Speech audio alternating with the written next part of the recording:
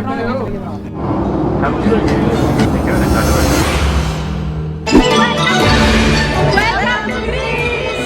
to Greece. Welcome to Greece, Amogus. Welcome to Greece. Welcome to Greece. هاي الدولة مختلفة تماما عن الدول الأخرى. اليونان بلاد الإغريق. Capital Athens, Greece. Grekland så tvistas det nu om vad folk. مرحبا واهلا وسهلا فيكم في فيديو جديد من الدولة التي أسست فيها الديمقراطية وهي اليونان وحصريا أثينز.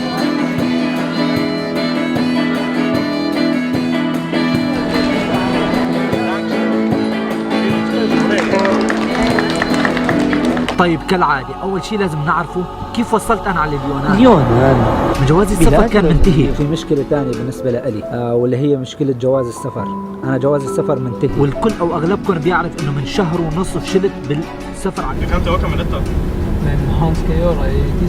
السفر على الساحل الأوروبي. إسكلاند، إيطالي، إسبانيا. Hej, chilla. Hur ska du åka dit och din bas är slut? كيف أنا وصلت على اليونان؟ صباح الخير، هلا بطريقنا على ستوكهولم. بدي أسوي جواز السفر هنيك، بدنا نسافر يكفي، الإنسان لازم يفشل لحتى ينجح. أول شيء عملت طلعت على ستوكهولم على السفارة السورية. وصلت على السفارة السورية. وصلت الصبح، عملت الإجراءات، بدلت الجواز، حجزت ليلة بالأوتيل، أخذنا كم يوم سمستر بستوكهولم، رجعت على البيت، استنيت شهر ونص، وأخيرا اجانا جواز سفر. هلا صار فينا نسافر بعد ما رجعوني وما قدرت اسافر بسبب هذا الجواز، بس هلا صار فينا نسافر. طيب انا هلا في مطار كوبنهاجن الدنمارك، قطعت باقرب تذكره، احجز ان شاء الله باقرب وقت واجيت على اليونان وراح نطلع على اليونان.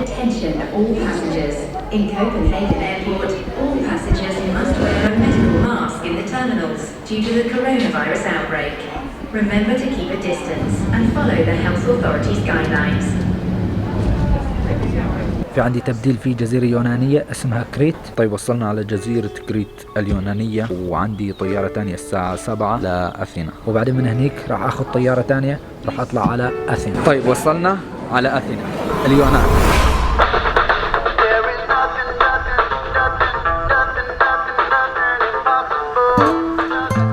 خلينا ناخذ فاصل صغير ونروح على جزيرة كريت.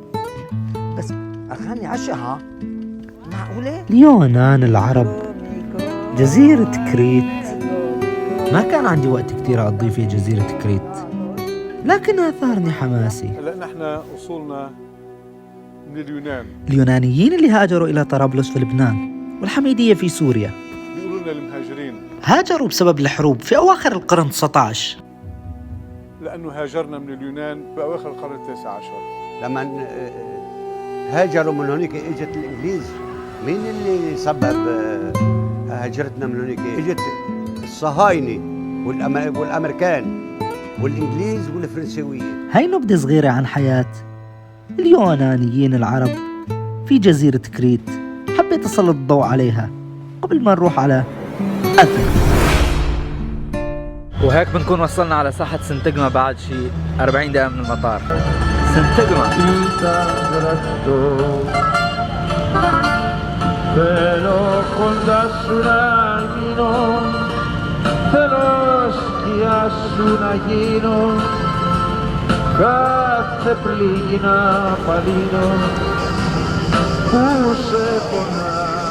طيب أول ما وصلت شفت هدول شكلهم عم يعملوا عرض على السيارات أو مثل هيك شيء.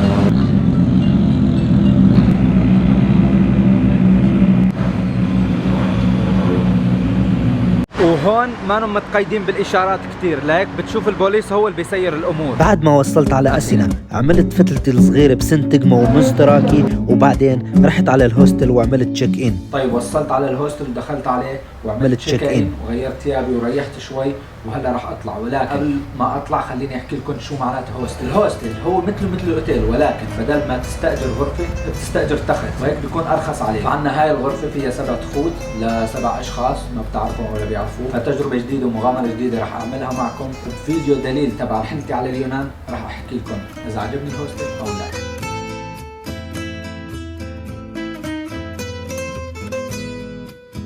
اليونان اليونان دولة أوروبية ولكنها مختلفة تماما عن الدول الأوروبية الأخرى. لما تجي على هاي الدولة بتحس حالك فعلا بدولة عربية، ما انك انت بدولة أجنبية. اللهم اللغة، لأنه شوارعها والازدحام تبعها وحركة الناس والشغل بيحسسك بهذا الشعور بأنك انت بدولة عربية وليست بدولة أوروبية.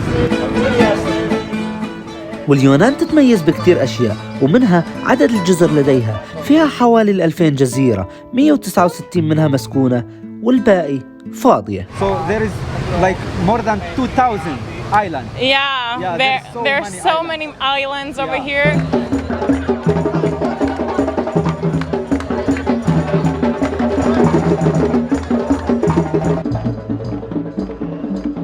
واليونان بلد قديمة جدا من ما قبل التاريخ، وخصوصا أثينا. طيب بعد مشي 10 دقائق من ساحة سنتجما بهذا الشارع اللي شايفينه وراي وصلنا على ساحة أمونيا. أهلا وسهلا فيكم في ساحة أمونيا.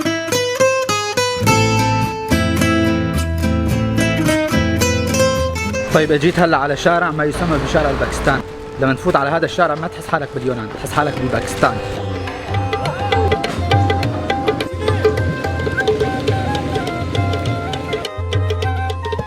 طيب اجينا على مطعم باكستاني بيقدم صحن فيه فروت وبطاطا مع خس وصلصة، وبيقدم الخبز وكولا، وكلياته فقط ب2.5 يورو.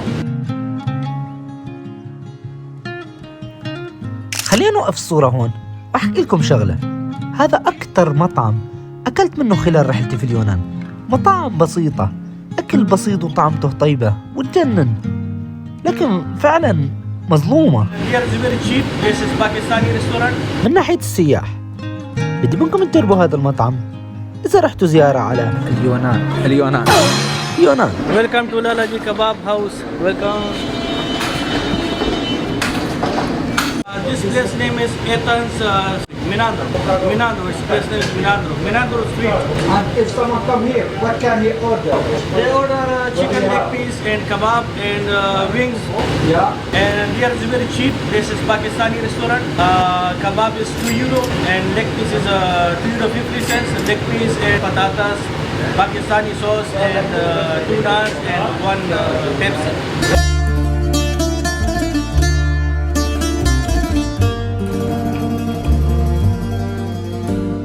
طيب واخيرا وصلنا على الأكروبوليس. Welcome to Acropolis. Welcome Acropolis in Athens, Greece. It's beautiful. You can stay good day. الأكروبوليس هي واحدة من أشهر وأقدم المعابد اليونانية التي تم صناعها من قبل اليونانيون. والأكروبوليس معناها المدينة المرتفعة. أكرو هي الارتفاع والعلاوة، وبوليس يعني المدينة المرتفعة. So welcome to Acropolis. Very excited visiting Greece, especially this site, Acropolis, that I know about it. Well, I remember that this is a place where the Bible was for the first language. It was written in Greek, and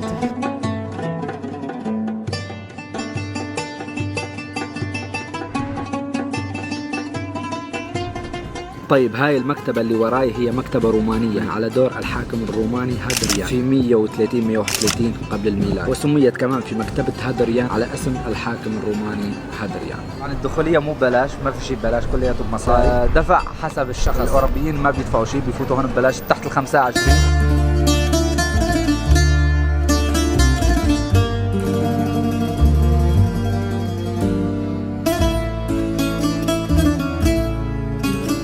طيب هذا واحد من الأسواق الشعبية، سوق الخضرة والشغلات القديمة. لازم إذا تجي سياحة تفوت على هذا المكان.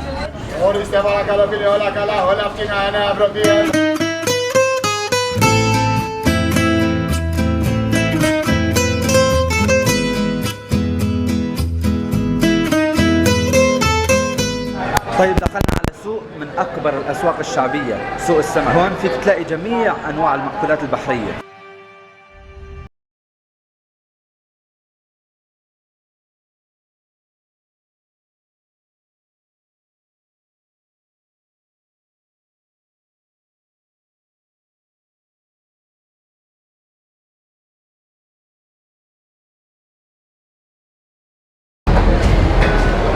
طبعا كمان عندنا سوق اللحمة، واحد من أهم الأسواق اللي فيك تلاقي كل شيء الله خلقه لحمة من عدا لحم البشر.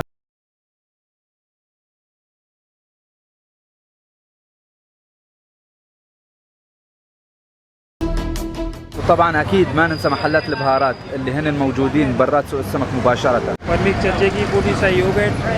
Yeah. Special for Greek tzatziki mix. This other one for mixed feta cheese. Mixed feta cheese for mix. For this for mix Greek for special for mixed meat gyros plug. This for Greek special for salad mix. Yeah. For Greek salad. So you have everything. Yeah, everything for here. That's good. So nice. Okay, thank you. Yeah, thank you.